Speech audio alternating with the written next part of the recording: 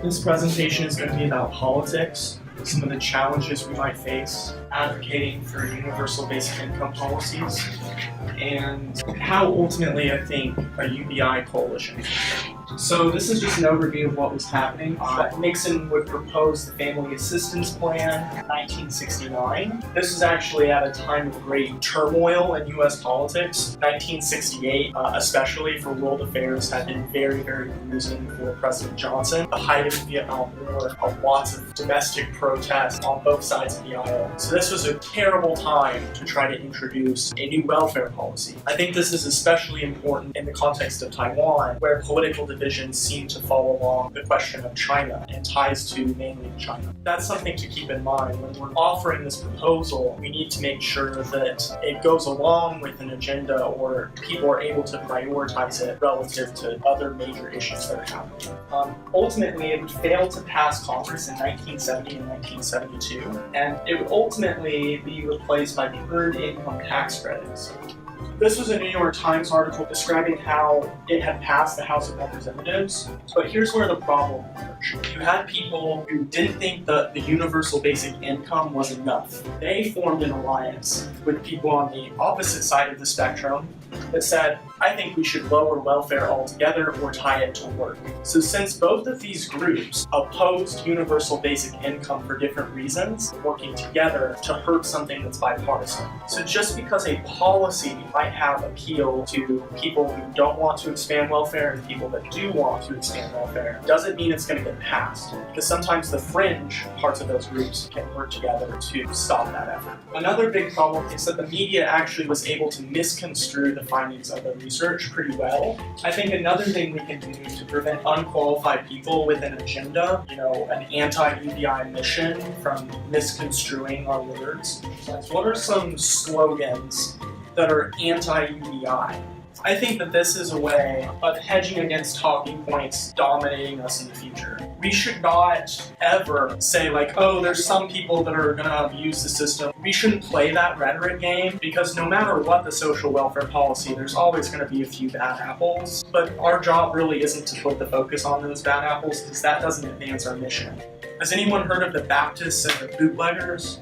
So when the United States banned alcohol, a lot of Christian groups, the so-called Baptists, supported prohibition, supported banning alcohol. But obviously the people that were going to make money selling alcohol illegally also supported banning alcohol. So we want to avoid that. We don't want weird factions to arise in Taiwan because then we won't be able to control the conversation. As I go through this, really I just have some broad data points that I want to talk about. So obviously it's Sun Zhongshan was the creator of the Sanminzhuyi. Sun Zhongshan explicitly discussed how you should have beneficial social welfare system that took care of people's food, clothes, housing, and transportation. So this was an explicit part of Zhonghua Minguo. So an interesting historical background behind Minsheng is that it's inspired by Henry George. Does anybody know who Henry George is? So he created what's called the Georgist ideology. In essence, it's that the rents or the benefits from property and natural resources, those belong to all of us. So under Georgist philosophy, if there's a monopoly, if there's public utilities, all of those benefits and profits should not be owned by corporations, they should be shared amongst the public. And Henry George himself also explicitly discussed how he was a proponent of minimum income, which is a form of jiben shouru. So you can see that there's a direct line between Sun Zhongshan and the idea of jiben shouru. However, Sun Zhongshan never said that you should necessarily give out the profits directly. He was more talking about giving in kind, but his philosophical foundations for Minsheng still came from the same person that helped develop the idea of universal basic income. Okay, so the next part, we're going to kind of understand Taiwan's views on welfare.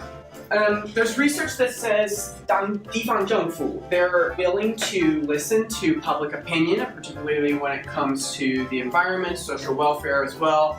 So Taiwan is better when it comes to listening to public opinion than perhaps some other countries. And when it comes to social welfare, the demand for growing social welfare is actually rising. Also, the majorities and most of the major cities in Taiwan support social welfare. So we're not in a country that will immediately dismiss the idea of social welfare. Also, during downturns, the support for welfare went up in 2009. Think back to 2009. What would you have done if you had a UBI? You'd feel much more financially stable, financially safe. So I think that the fact that support goes up when it's affecting them is something that we should keep in mind when we're talking about UBI. So we're going to talk about political feasibility. So basically, since Jiang will open the political spectrum for democracy, beginning with DPP, we've seen a rise in democratic parties, democratic ideas, in different forms of organizations. And so now I think Taiwan has about 80 political parties, right? So basically the Social Democratic Coalition, the New Party, the New Power Party, People First Party. These ones are pretty new, but they've already gotten a lot of, I guess, power as they move forward. And so I imagine that in the future, as most of the older people now and the younger generations are thinking differently, so these powers or these political powers are going to eventually rise up. This is my hypothesis, right? Doesn't mean it's true. Another thing I want to talk about discussing the politics of Taiwan is that we have to use existing structures in the political system, right? So for proposing a national proposal, we have to see what sort of already institutional mechanisms are there and how can we attach those to UBI in a way, right? So for example, there is this buju that you give to mothers that just gave birth of 10,000 NTs plus around 2,000 or 2,500 a month. Well, it's not a UBI, but in a way, there is already a mechanism there for people to receive that money, right? And so phasing out the proposals, I think politically works best because it's better to talk about UBI in a way where you're not like Nixon, like just trying to be warm and not really say things from both sides of the spectrum. And so identify the problem. This is very important, right? But again, 你们想要解决什么问题？这个是贫富差距，所以你们需要考虑现在的政治情况，然后说社会福利的政治是什么，然后退休金的政治是什么。So the more you make your statement of the problem clear, the more clear it is, the better. And then you can address how is universal basic income or unconditional basic income going to solve that problem.